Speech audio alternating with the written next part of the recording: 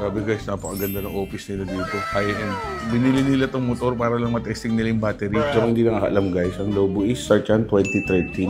Dami nilang owner. So dito sila gumagawa ng video guys. So ito na yung kanilang studio. Meron silang sariling studio. So dito natin makikita lahat ng product nila. So ito yung showroom nila guys. So itong part naman guys, puro mga ilaw to. Ilaw na ginagamit natin. So dito tayo ngayon guys sa mall. Isa sa sikat na mall dito sa China. Sa Shenzhen.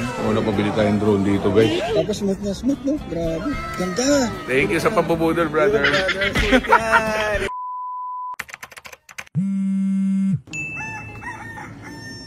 So ngayong araw guys, day 2 namin dito sa China. So sa hotel kami ngayon, mag-breakfast muna kami. Morning boss ninyo. So dito kami guys. Mga tato, dimsum, mga bun. Uy.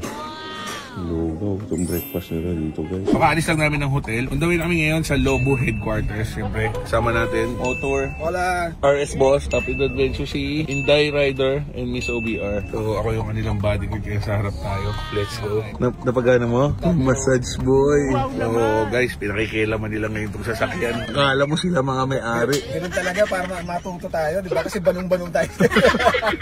Wala nito sa Pilipinas, meron naman. May massage chair. Dito tayo guys, Lobo headquarters. So, ito yung pinaka-main headquarters dito sa China. Morning brother. Yes. Morning. So dito guys, assemble area lang nila to. Meron sila ibang factory na doon ginagawa. Pakita natin yung mga top box nila na ina-assemble dito guys. May mga top box yan. So ito yung mga cover nila guys. So sa mga hindi nakakaalam guys, hindi lang pala soft bag yung Lobo, meron sila mga aluminum. So sealant, naka ganito na. So lalagyan niya sealant guys sa ibabaw. Tapos saka lalagyan ng yung plastic yan. So siguradong walang maglilik talaga no. Galing. Yan no. Sa kanya lalagyan ng Revit. Try natin guys ha. 1 second. So dapat pumunta dito. Ayaw boy. Huwag natin gawin. It's vacuum. Okay. No, it's okay. Thank you guys. Ginagawa natin pump doon sa bag na inflatable. So para siyang rubber. So mahaba rin palang proseso to guys. So may conveyor sila dyan, lalapag dyan. Assemble. Headlight guard. KTM. Grabe, pati mga headlight guard guys, kompleto sila. So ito side cases. Wait lang kayo guys, malapit na tayo mag-break time. The box of sa CF Moto is also from Lobo? Yeah. Electric. Heated. Electric heating. So dito, may mga pang winter sila na product. Kita nyo guys, so ito yung nasa side ng GS na 1300. So pasok tayo guys sa office nila. Grabe guys, napakaganda ng office nila dito. High-end. May zone test dito guys. CCT10. So ito guys, parang Honda Cab nila. So kita nyo yung quality nito guys. Halos same quality ng mga high-end na brand. So itong zone test guys na motor, lahat ng cases nito, mga side rack, crash guard, ang may gawa niyan Lobo. Grabe pala. So, from factory, saan sila gagawa ng mga ganito. So, ganun katindi, no? Saan na nagpapagawa yung mga manufacturers ng mga motorcycle dito sa China. We use this bike to testing the battery. Binili nila tong motor para lang matesting nila yung battery. Then, you will produce battery? We already have battery. You have battery? Lobo battery? Yeah, Lobo. Oh! Angas mo, boy, Look at this dude. So kung hindi nakakaalam guys, ang Lobo is start yan 2013. Company honors. Slogan nila guys, more professional, better riding. Lobo. So mga motor lang dito guys, lahat ng accessories nito puro Lobo. So ultimo side mirror nila, nabibend. Ganda no? Oo, mga nadamit na nila sa bugbog na Lobo rin to. Adjustable. This one is adjustable. Depende sa'yo kung anong gusto mong lapit. Halimbawa, wala ka namang angkas, gusto mo ilapit, pwede to. Ilagay mong ganyan, lalak mo dito. Pwedeng ganyan. Ilipat mo rin dito yung butas, maglalak din siya. Galing. Thank you very much. Ito lahat guys, Lobo. At ito, napakaganda. Ito guys, CNC to. Wow. So usually plastic ang bisagra, sila CNC. Ito yung nakita natin kanina na part na radiator panel. So meron silang carbon fiber niyan. So dito sila gumagawa ng video guys. So ito na yung kanilang studio. Meron silang sariling studio. X-Max na naka-Lobo lahat ng mga parts. And pati yung rear rack nila. Wow. Pwede mong ikabit dito yung pang tank bag. So yung tank bag doon, pwede mo ilagay dito. Pwede mo rin tanggalin to pag gusto mo ng top box. Usually guys, yung mga crash guard na nakikita natin sa Pilipinas, nakakabit sa fairing, kaya gumagalaw. So ito, nakakabit siya sa chassis. So yung tornilyo, naka-combination to. Kaya pansinin mo, walang galaw, matigas talaga. Pwede mong hawakan dito yung motor. Hindi gumagalaw Grabe Sobrang solid ng crash guard na to So kapag meron namang oxer, cover, kaya detachable Kaya yan eh. di susi. Just put it in. Okay. Sorry, behind Kaya the- pala, Kaya pala pwedeng tanggalin. sa amin kasi, kaya ditanggal para hindi nakawin. Dito, bawal inuuli ng pulis, kaya ditanggal yung kanilang mga Oxlite. May susi. So dito natin makikita lahat ng product nila. So ito yung showroom nila guys. Lobo crash guard, with Lobo airbag side bag, lower crash guard, side pannier bracket. Ang ganda pala ng loob nito. Yan o, yung parang nag-iiba. Yan o, hindi magagasgas, parang carpet. Nakatawi dito may mga lagayan ng bag. Tapos dito may lagayan ng gamit. Tapos may ilaw. Nalalakasan, nahihinaan. Pag sinara ko yung mamamatay kusa. Wow! Ito yung model naman ng Conqueror nila na top box din. So, pwede siya i-mount directly sa top rack ng BMW GS nyo.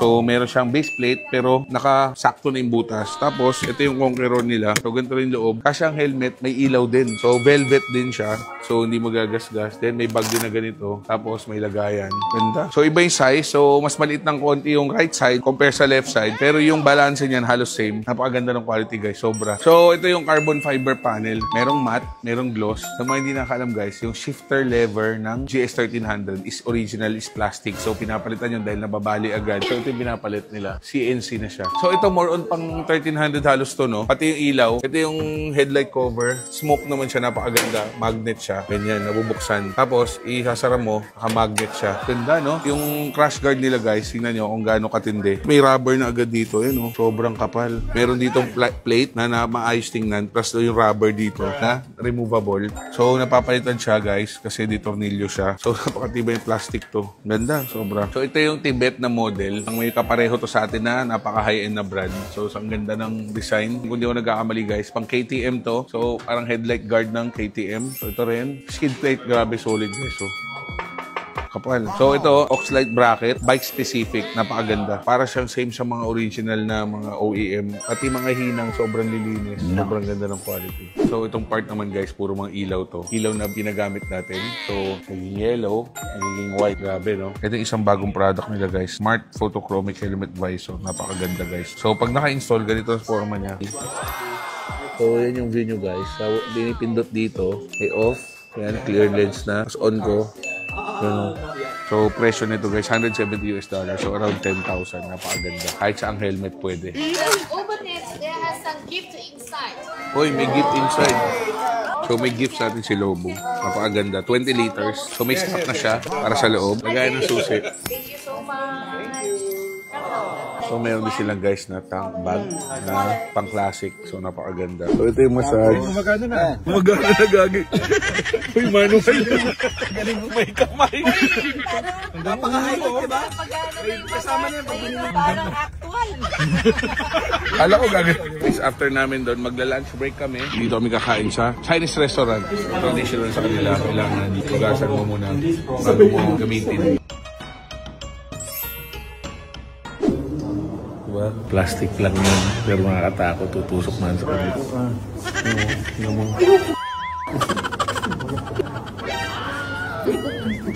Kala ko totoo kanina pa.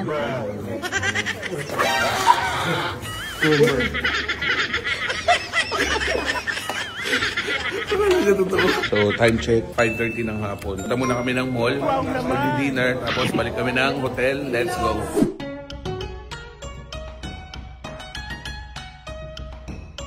So, isa sa sikat na mall dito sa China. Sa Shenzhen. Stadium to. So, parang sports complex, arena. Una pabili tayong drone dito, guys. So, ito Mini 4 Pro. Sa Pinas, alam ko, nasa 60 plus to. So, dito na sa 51 lang. So, testing natin, guys, sa labas. Let's go.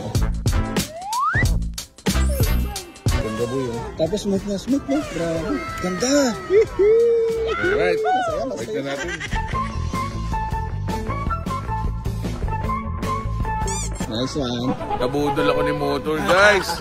Sulit yan. Siya talaga ang bibili. Best decision mo yan. Nagtiting talaga, oh. Thank you sa pambubudol, brother. Sulit yan. Uy, chef, magluto ka na, chef. I'm Hitler. Welcome to Banu. What's this? Face towel? I want this Towel. face towel. 吃上8下15秒就可以了，对，15秒就能吃。 Ano daw sinabi niya? Translate mo. Kumain lang rin na kumain. Mabayad din mamaya.